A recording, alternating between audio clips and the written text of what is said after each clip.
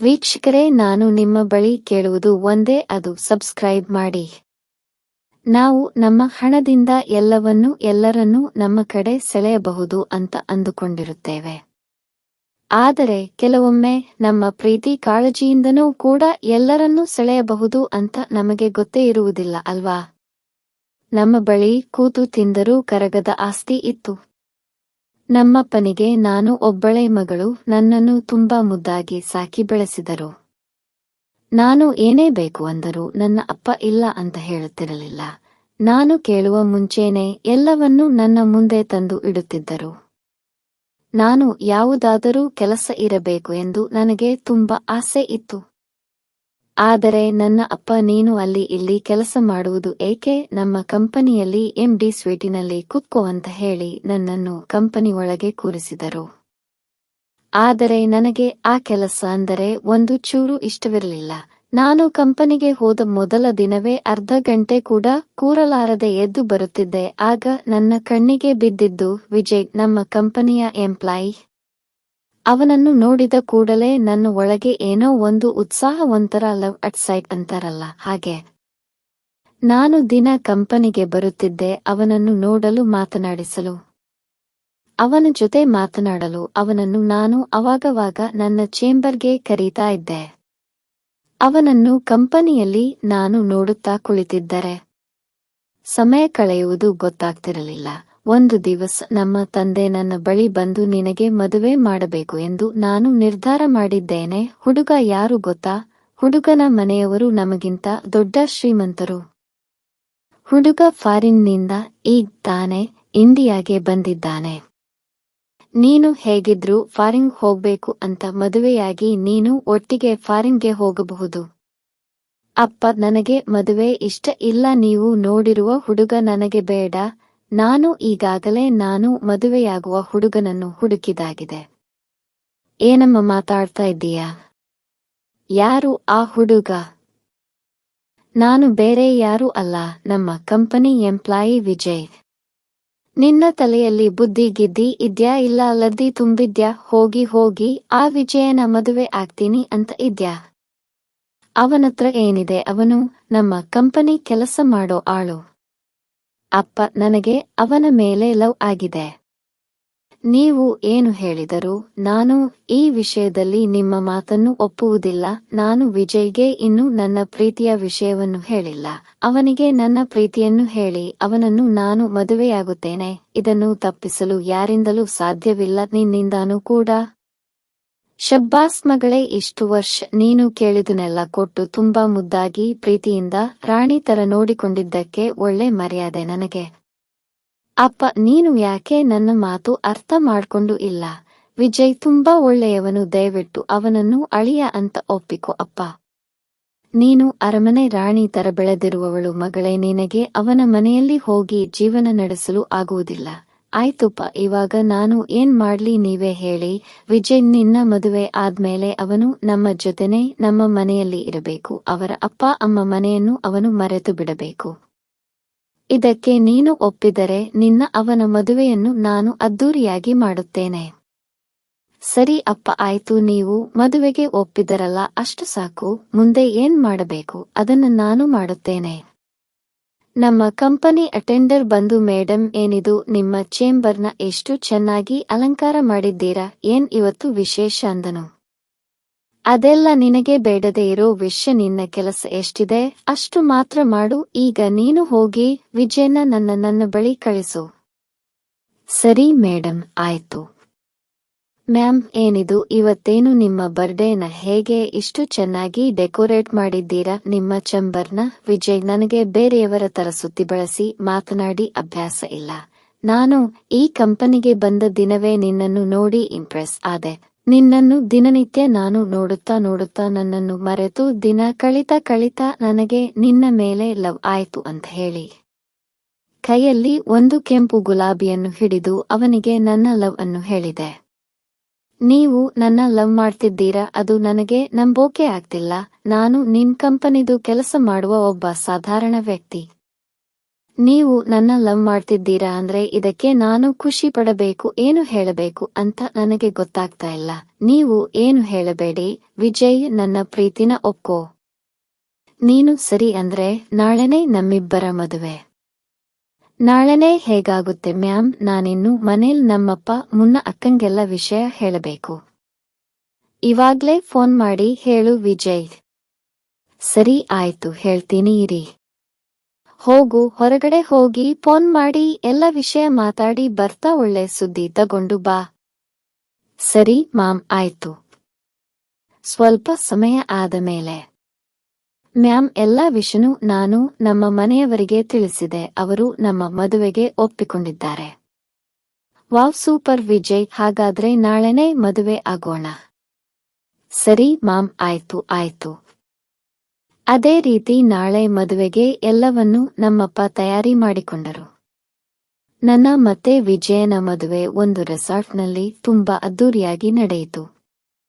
ಇದಾಗಿ 6 ತಿಂಗಳು ನಾನು ವಿಜಯ್ ಮನೆಯಲ್ಲಿ ಇದ್ದೆ. ಆನಂತರ ನಾನು ವಿಜಯ್ಗೆ, ವಿಜಯ್, ಈಗ ನಾನು ನಮ್ಮ ಮನೆಗೆ ಹೋಗುತ್ತೇನೆ. ನಾನು ಇಲ್ಲಿ ಇರುವುದಿಲ್ಲ, ನನಗೆ ಇಲ್ಲಿರುವುದು ಆಗುತ್ತಿಲ್ಲ. ನೀನು ಕೂಡ ನನ್ನ ಜೊತೆ ಇವರನ್ನು ಬಿಟ್ಟು ಬಂದು ಬಿಡು.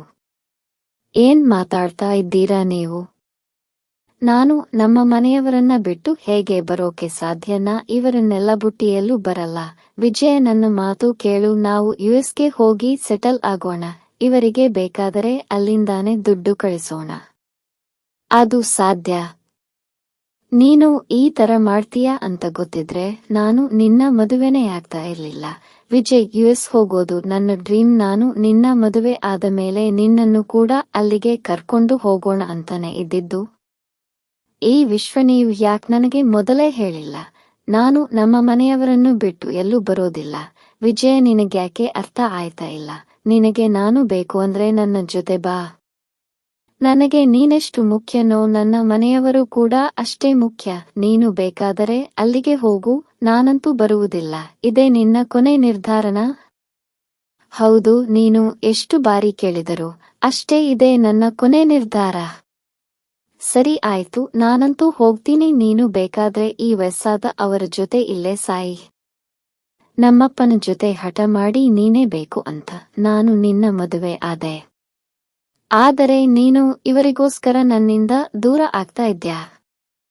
ಇನ್ಯಾವತ್ತೂ ನಾನು ನಿನಗೆ ಮುಖ ತೋರಿಸುವುದಿಲ್ಲ. ನೀನು ಅಷ್ಟೇ ನನ್ನನ್ನು ಹುಡುಕೋ ಪ್ರಯತ್ನ ಮಾಡಬೇಡ. ದಯವಿಟ್ಟು ಅರ್ಥ ಮಾಡ್ಕೊಳ್ಳಿ, ನಾನು ಹಾಗಲ್ಲ ಹೇಳಿದ್ದು. ನೀನು ಏನು ಹೇಳೋದು ಬೇಕಾಗಿಲ್ಲ, ಏನು ಅರ್ಥ ಮಾಡಿಸಬೇಕಾಗಿಲ್ಲ ವಿಜಯ್. Good bye. ಆದರೆ ಅಲ್ಲಿಗೆ ಹೋದ ಮೇಲೆ ತಿಳಿಯಿತು, ನಾನು ಇಲ್ಲಿಗೆ ಒಬ್ಬಳೇ ಬಂದಿಲ್ಲ, ನನ್ನ ಮತ್ತೆ ವಿಜಯನ ಮಗುವನ್ನು ಕೂಡ ನನ್ನ ಜೊತೆ ತಂದಿದ್ದೇನೆ ಅಂತ. ನಾನು ವಿಜಯ್ಗೆ ಫೋನ್ ಮಾಡಿ ವಿಷಯವನ್ನು ಹೇಳಿದೆ. ನನಗೆ ನಿನ್ನನ್ನು ನೋಡಬೇಕು ಅನಿಸುತ್ತಿದೆ, ದಯವಿಟ್ಟು ಯುಎಸ್ಗೆ ಬಾ ಅಂದೆ.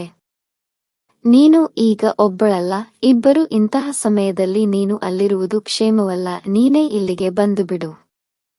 ಏನ್ ವಿಜಯ, ಈ ರೀತಿ ಮಾತಾಡ್ತಿದ್ದೀಯಾ? ನಿನಗೆ ಈಗಲೂ ಕೂಡ ನನ್ನ ಹತ್ರ ಬರಬೇಕು ಅಂತ ಅನಿಸುತ್ತಿಲ್ಲವಾ? ಅದು ಹಾಗಲ್ಲ. ನಿನಗೆ ನಾನು ಬೇಡ ಅಂತ ಅಂದ ಮೇಲೆ ನನಗೆ ನಿನ್ನ ಮಗು ಯಾಕೆ ಬೇಕು? ನಿನ್ನ ಮಗು ಆದ ತಕ್ಷಣ ನಾನು ನಿನಗೆ ಕೊಡುತ್ತೇನೆ. ನನಗೆ ಇನ್ನು ಜೀವನದಲ್ಲಿ ಏನೇನು ಆಸೆಗಳು ಇದ್ದಾವೆ. ಈ ಮಗು ಅದಕ್ಕೆ ಅಡ್ಡ ಬರಬಾರದು. ಈ ನಿನ್ನ ಮಗುವನ್ನು ನೀನೇ ನೋಡಿಕೋ. ಇದೇ ನಿಮ್ಮ ನಿರ್ಧಾರನಾ? ಹೌದು ವಿಜಯ್, ಸರಿ, ಹಾಗಾದ್ರೆ ಮಗುನ ನನಗೆ ಒಪ್ಪಿಸಿ, ನಾನು ನನ್ನ ಮಗುವನ್ನು ಚೆನ್ನಾಗಿ ನೋಡ್ಕೋತೀನಿ. ಇದಾದ 20 ವರ್ಷಗಳ ನಂತರ ನಾನು ಕೋಪದಿಂದ ನನ್ನ ಮಗುವನ್ನು ವಿಜಯ್ಗೆ ಕೊಟ್ಟುಬಿಟ್ಟೆ. ಆದರೆ ಅವರಿಬ್ಬರೂ ಇಲ್ಲದ ನನ್ನ ಜೀವನದಲ್ಲಿ ನಾನು ಏನನ್ನು ಸಾಧಿಸಲು ಸಾಧ್ಯವಾಗಲಿಲ್ಲ. ನಾನು ನನ್ನ ಮಗಳನ್ನು ಮತ್ತೆ ಗಂಡನನ್ನು ಹುಡುಕದ ಜಾಗವಿಲ್ಲ. ನನ್ನ ಜೀವನದಲ್ಲಿ ಇನ್ನೇನೂ ಇಲ್ಲ ಅಂದುಕೊಂಡು ನಾನು ಮನೆಯಲ್ಲಿ ಇರುತ್ತಿದ್ದೆ, ಎಲ್ಲೋ ಹೋಗುತ್ತಿರಲಿಲ್ಲ. ನನ್ನಪ್ಪ, ನೀನು ಕಂಪನಿಯಲ್ಲಿ ನನ್ನ ಮನಸ್ಸಿಗೆ ಸ್ವಲ್ಪ ನೆಮ್ಮದಿ ಸಿಗುತ್ತೆ ಅಂದರು. ಅವರು ಹೇಳಿದ ಹಾಗೆ ನಾನು ಕಂಪನಿಗೆ ಹೋದೆ. ಅಲ್ಲಿ ನನಗೆ ಬರೀ ವಿಜಯ ನೆನಪು ಕಾಡುತ್ತಿತ್ತು. ನಮ್ಮ ಕಂಪನಿಗೆ ಒಬ್ಬ ಹೊಸ ಎಂಪ್ಲಾಯಿ ಬಂದಿದ್ದ, ಅವನೇ ವರುಣ್. ಇವರು ನೋಡಲು ತೇಟ್ವಿ ವಿಜಯ್ ತರಾನೇ ಇದ್ದ. ಅವನ್ ಜೊತೆ ಮಾತನಾಡಿದಾಗಲೆಲ್ಲ ನನಗೆ ವಿಜಯ್ ಜೊತೆನೇ ಮಾತನಾಡಿದ ಹಾಗೆ ಆಗುತ್ತಿತ್ತು. ದಿನ ಅವನನ್ನು ನೋಡುತ್ತಾ ನಾನು ಅವನ ಕಡೆಗೆ ವಾಲಿದೆ. ನನಗೆ ಜೀವನದಲ್ಲಿ ಏನು ಬೇಡ ಅಂತ ಅನಿಸಿದಾಗ ವರುಣ್ ನನಗೆ ಬೇಕು ಅನಿಸಿದ. ಅವನನ್ನು ಮದುವೆಯಾಗಿ ಮತ್ತೆ ನನ್ನ ಜೀವನ ಕಟ್ಕೋಬೇಕು ಅನಿಸಿತು. ಒಂದು ದಿನ ನಾನು ವರುಣ್ನ ನನ್ನ ಚೇಂಬರ್ಗೆ ಕರೆದು ನನಗೆ ಅವನ ಮೇಲೆ ಇದ್ದ ಭಾವನೆಯನ್ನು ಹೇಳಿಕೊಂಡು ನಡೆದಿರುವ ಎಲ್ಲವೂ ಅವನಿಗೆ ಹೇಳಿಕೊಂಡೆ. ನೀನು ನನ್ನ ಮದುವೆ ಮಾಡ್ಕೋತೀಯ ವರುಣ್? ಮೇಡಮ್, ಏನ್ ಮಾತಾಡ್ತಿದ್ದೀರಾ ನೀವು? ನನಗೆ ಆಗ್ಲೇ ಮದುವೆ ಆಗಿದೆ ಮೇಡನ್. ನೋಡು ವರುಣ್, ನಿನಗೆ ಮದುವೆಯಾಗಿದೆಯೋ ಇಲ್ವೋ ಅದು ನನಗೆ ಬೇಕಾಗಿಲ್ಲ. ನೀನು ನನ್ನ ಮದುವೆಯಾದರೆ ಈ ಕಂಪನಿ ನಿನ್ನದಾಗುತ್ತೆ. ಯೋಚನೆ ಮಾಡು. ಬೇಕಿದ್ರೆ ನಿನ್ನ ಹೆಂಡ್ತಿಗೆ ಕಾಂಪನ್ಸೇಷನ್ ಅಂತ ಅವಳಿಗೆ ಎಷ್ಟು ಬೇಕೋ ಅಷ್ಟು ಹಣ ಕೊಡೋಣ. ನಾನು ನನ್ನ ಹೆಂಡ್ತಿಗೆ ಮೋಸ ಮಾಡಕ್ ಇಷ್ಟಪಡಲ್ಲ ಮೇಡಮ್. ಈ ವಿಷಯನ ನಾನಿವತ್ತು ಮನೆಗೆ ಹೋಗಿ ನನ್ನ ಹೆಂಡ್ತಿಗೆ ಹೇಳ್ತೀನಿ. ಅವಳು ಹೇಗೆ ಹೇಳ್ತಾಳೆ ಹಾಗೆ ಮಾಡೋಣ. ನಿನ್ನ ಹೆಂಡತಿನ ನಾಳೆ ಕರ್ಕೊಂಡು ವರುಣ್ ನಾನು ಜೊತೆ ಮಾತಾಡ್ತೀನಿ. ಸರಿ ಮೇಡಮ್, ಆಯ್ತು. ಅದೇ ರೀತಿ ನಾಳೆ ವರುಣ ಹೆಂಡತಿ ನನ್ನ ಚೇಂಬರ್ಗೆ ಬಂದಳು. ನೋಡು, ನೀನೇನಾ ವರುಣ್ ಹೆಂಡತಿ, ನಿನಗೆ ಎಷ್ಟು ಬೇಕಾದರೂ ನಾನು ದುಡ್ಡು ಕೊಡ್ತೀನಿ. ವರುಣ್ನ ಬಿಟ್ಟು ಎಲ್ಲಾದರೂ ದೂರ ಹೋಗಿ ಬದುಕು ಅಂದೆ. ಮೇಡಮ್, ನಾನು ಹುಟ್ಟಿದಾಗಿನಿಂದ ನಾನು ನನ್ನ ತಾಯಿನೇ ನೋಡಿಲ್ಲ. ನನಗೆ ನನ್ನ ತಂದೆನೇ ಎಲ್ಲ ಆಗಿದ್ರು. ನಮ್ ತಾಯಿ ಇದ್ದಿದ್ರೆ ಹೇಗಿರುತ್ತಿದ್ದರು ನನಗೊತ್ತಿಲ್ಲ. ನಿಮ್ಮನ್ನ ನೋಡಿದ್ರೆ ನನ್ನ ತಾಯಿನೇ ನೋಡಿದ ಹಾಗೆ ಆಗ್ತಾ ಇದೆ. ನಿಮಗೆ ಕೈ ಮುಗಿದು ಕೇಳುತ್ತೇನೆ, ದಯವಿಟ್ಟು ನನ್ನಿಂದ ನನ್ನ ಗಂಡನ ದೂರ ಮಾಡಬೇಡಿ. ನೀವು ಅವ್ರನ್ನ ಎಷ್ಟು ಪ್ರೀತಿಸುತ್ತೀರಾ ಅಂತ ನಂಗೆ ಗೊತ್ತಿಲ್ಲ. ಆದ್ರೆ ನಾನಂತೂ ಪ್ರಾಣಕ್ಕಿಂತ ಹೆಚ್ಚಾಗಿ ಪ್ರೀತಿ ಮಾಡ್ತೀನಿ. ಅದು ಅಲ್ಲದೆ ನಾನು ಈಗ ಒಂದು ಮಗುವಿಗೆ ಜನ್ಮ ನೀಡಲು ಸಿದ್ಧವಾಗಿದ್ದೇನೆ. ಈ ಸಮಯದಲ್ಲಿ ನಾನು ಅವರನ್ನು ಬಿಟ್ಟು ಬದುಕುವುದಕ್ಕೆ ಸಾಧ್ಯನಾ? ನೀವೇ ಹೇಳಿ. ಈಗ ನನಗೆ ನನ್ನ ಗಂಡನನ್ನು ಬಿಟ್ಟರೆ ಬೇರೆ ಯಾರೂ ಇಲ್ಲ. ಈ ಸಮಯದಲ್ಲಿ ಅವರ ಪ್ರೀತಿ ನನಗೆ ತುಂಬಾ ಮುಖ್ಯ. ಎಲ್ಲವನ್ನೂ ದುಡ್ಡು ಕೊಟ್ಟು ಕೊಂಡುಕೊಳ್ಳೋಕೆ ಸಾಧ್ಯ ಇಲ್ಲ ಮೇಡನ್. ಕೆಲವೊಮ್ಮೆ ನಮ್ಮ ಪ್ರೀತಿಯಿಂದ ಕೂಡ ಎಲ್ಲವನ್ನೂ ಪಡೆದುಕೊಳ್ಳಬಹುದು. ನಾನಿನ್ನು ಬರ್ತೀನಿ ಮೇಡನ್. ಅವಳ ಮಾತುಗಳನ್ನು ಕೇಳಿ ನಾನು ಮೂಕಲಾಗಿ ಹೋದೆ. ಅವಳ ಬ್ಯಾಗನ್ನು ನನ್ನ ಟೇಬಲ್ ಮೇಲೆ ಮರೆತು ಹೋಗಿದ್ದಳು. ನಾನು ಆ ಬ್ಯಾಗನ್ನು ತೆಗೆದು ನೋಡಿದೆ. ನೋಡಿದ ತಕ್ಷಣ ನನ್ನ ಎದೆಯಲ್ಲಿ ಬಿರುಗಾಳಿ ಬಿಸಿದು. ಅಲ್ಲಿ ನನ್ನ ವಿಜಯ್ ಫೋಟೋ ಇತ್ತು. ಅಷ್ಟರಲ್ಲಿ ಅವಳು ಚೇಂಬರ್ಗೆ ಬಂದಳು. ನನ್ನ ಬ್ಯಾಗ್ ಇಲ್ಲೇ ಮರೆತು ಹೋಗಿದೆ ಅಂದಳು. ತಗೊಳ್ಳಿ, ಇದೆ ಅಲ್ವಾ ನಿಮ್ಮ ಬ್ಯಾಂಕ್ ಅಂದೆ. ಹೌದು, ನಾನು ಇನ್ನು ಹೋಗ್ತೀನಿ. ಒಂದು ನಿಮಿಷ, ಆ ಫೋಟೋದಲ್ಲಿ ಇರೋರು ನಿನಗೆ ಏನಾಗಬೇಕು? ಅವರು ನನ್ನ ಅಪ್ಪ. ಅವರು ತೀರೋಗಿ 2 ವರ್ಷ ಆಯ್ತು. ಯಾಕೆ? ಏನಿಲ್ಲ, ಸುಮ್ನೆ ಕೇಳ್ದೆ. ನೀನು ಇನ್ನೂ ಹೋಗಮ್ಮ. ಇದೆಂತ ಅನಾಹುತ ಆಯ್ತು ನನ್ನ ಜೀವನದಲ್ಲಿ? ಸ್ವತಃ ನನ್ನ ಮಗಳ ಗಂಡನನ್ನೇ ನಾನು ಪುನಃ ಪ್ರೀತಿಸುತ್ತಿದ್ದನ. ಈಗ ನನಗೆ ತಿಳಿಯಿತು, ಈ ಹಣದಿಂದ ಏನನ್ನು ಬೇಕಾದರೆ ಸಂಪಾದನೆ ಮಾಡಬಹುದು. ಆದರೆ ಪ್ರೀತಿಯನ್ನು ಹಣದಿಂದ ಪಡೆದುಕೊಳ್ಳೋಕೆ ಸಾಧ್ಯವಿಲ್ಲ ಅಂತ. ನಾನು ವರುಣ್ನ ಚೇಂಬರ್ಗೆ ಕರೆದು ಅವನಿಗೆ ಪ್ರಮೋಷನ್ ಕೊಟ್ಟೆ. ಮತ್ತೆ ಅವನಿಗೆ ಸಂಬಳ ಕೂಡ ಜಾಸ್ತಿ ಮಾಡಿದೆ. ನನ್ನ ಮಗಳಿಗೆ ನಾನು ನಿನ್ನ ಅಮ್ಮ ಅಂತ ಹೇಳಲಿಲ್ಲ. ಅವಳ ಸೀಮಂತ ಕೂಡ ನಾನೇ ಮಾಡಿದೆ. ಕೊನೆಗೆ ಅವರಿಬ್ಬರಿಂದ ನಾನು ದೂರ ಉಳಿದೆ.